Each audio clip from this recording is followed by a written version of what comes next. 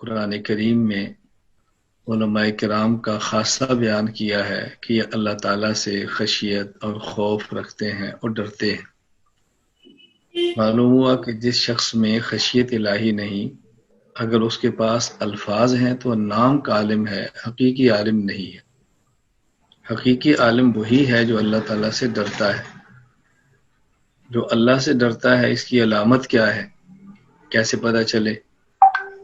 جو شخص اللہ سے ڈرتا ہے، نمبر ایک، وہ اللہ کے ما سوا سے ڈر کے اللہ تعالیٰ کے احکام کو ترک نہیں کرتا۔ اللہ تعالیٰ کے ما سوا سے ڈر کے اللہ کے احکام کو نہیں چھوڑتا، بلکہ اللہ کے خوف کو دوسرے خوفوں پر ترجیح دیتا ہے۔ طبی طور پر کسی بندے کا خوف زیادہ ہو جائے تو یہ خوف عقلی کے خلاف نہیں ہے۔ ایک ہوتا ہے خوف عقلی اور ایک ہوتا ہے خوف طبعی۔ آدمی سوچ سمجھ کر خرد اور شعور کے ساتھ کسی سے ڈرتا ہو اور پھر اس کی بات مانتا ہو، یہ بات الگ ہے۔ اور ایک ہوتا ہے کہ بظاہر کسی کا خوف جسم پر غالب آ جائے طبیعت کے تقاضے سے، یہ چیز بالکل الگ ہے۔ دونوں میں بہت فرق ہے۔ جس طرح ایک محبت عقلی ہوتی ہے، ایک محبت طبعی ہوتی ہے۔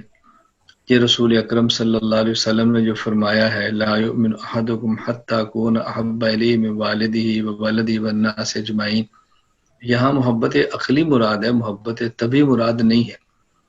لیکن ہم یہاں بیٹھے ہیں، اب ہمیں طبیعت میں محبت اپنی ماں کی غالب ہے، اپنے والد کی غالب ہے، اپنے بھائیوں کی غالب ہے، اساتذہ کی ہے، ہر وقت دل لگا ہوا ہے۔ اور اس قدر محبت مدینہ منورہ کی طبیعت میں نہیں ہوتی۔ ابھی چھٹیاں ہوگی تو آدمی کا دل گھر کی طرف کھنچتا ہے، مدینہ منورہ کی طرف نہیں جا رہا۔ لیکن اگر کسی شخص کو یہ کہا جائے کہ اگر تم چاہو تو گھر چلے جاؤ، چاہو تو مدینہ چلے جاؤ، دونوں کے خرچ دیتے ہیں، اس بندہ کہے کہ میں مدینہ منورہ جاتا ہوں، میں گھر نہیں جاتا۔ یہ عقلی محبت تھی جو آگے کھل کے سامنے آ گئی۔ تو جب ان کا تقابل ہوتا ہے تو پھر سمجھ آتا ہے کہ عقلی محبت کیا ہے اور طبعی محبت کیا ہے۔ مقصد یہ ہے کہ عقلی محبت کا طبعی محبت پہ غالب آنا، اس کا نام ایمان ہے۔ اس کا معنی یہ نہیں کہ طبعی محبت ختم ہو جائے۔ اسی طرح عقلی خوف کا طبعی خوف کے غالب آ جانا، اس کا نام ایمان ہے۔ آدمی رات کو اٹھتا ہے، اندھیرے کی وجہ سے ڈر لگتا ہے تو وضو کے لیے جانے کو دل نہیں کرتا، لیکن یہ سوچتا ہے اگر میں نے وضو نہ کیا اور نماز نہ پڑھی تو قبر میں جو اللہ تعالیٰ کی طرف سے عذاب ہوگا اس کو کیسے بھگتوں گا۔ اب پھر یہ ڈرتا ڈرتا بھی وضو کرتا ہے۔ تو دیکھو طبعی خوف بھی ہے، لیکن عقلی خوف کس نے غالب کیا تو حکم شریعت کو چھوڑا نہیں۔ انسان سوچتا ہے اگر میں نے حق بات کہی تو حق میں وقت ظلم کرے گا اور میں برداشت نہیں کر پاؤں گا۔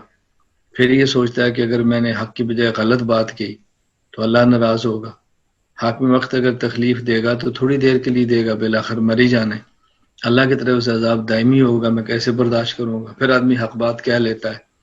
تو جسم پہ خوف بھی ہوتا ہے، جسم کام بھی رہا ہوتا ہے، لیکن پھر بھی آدمی لگا رہتا ہے۔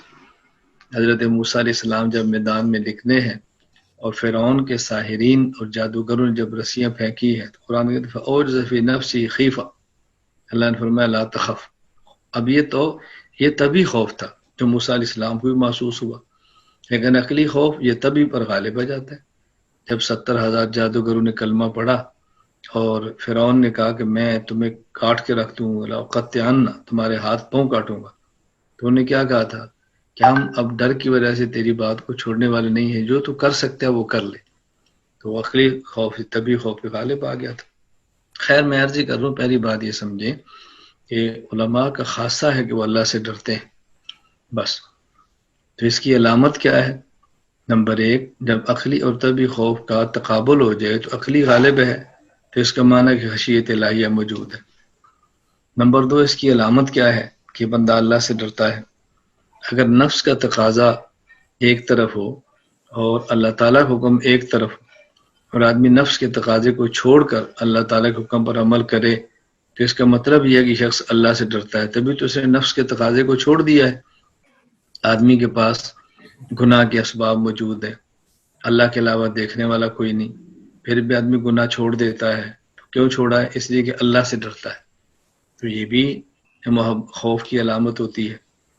اور اسی طرح انسان گناہ کر لیتا ہے، لیکن کسی کے تنبیہ کرنے پر یا کوئی آیت پڑھنے پر یا کسی مجلس میں بیٹھنے پر انسان کے اوپر ایک کیفیت آتی ہے کہ توبہ کر لیتا ہے، تو یہ بھی اللہ کے خوف کی علامت ہے۔ یہ ڈرا ہے تو توبہ کی ہے۔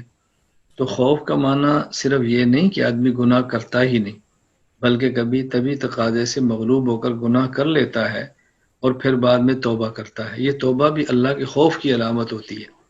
تو جو شخص گناہ کرے ہی نہ، یہ بھی اللہ سے ڈرتا ہے، اور جو گناہ کرے اور توبہ کر لے، اس کا معنی ہے کہ یہ بھی اللہ سے ڈرتا ہے۔ تو یہی خوف ہوتا ہے نا۔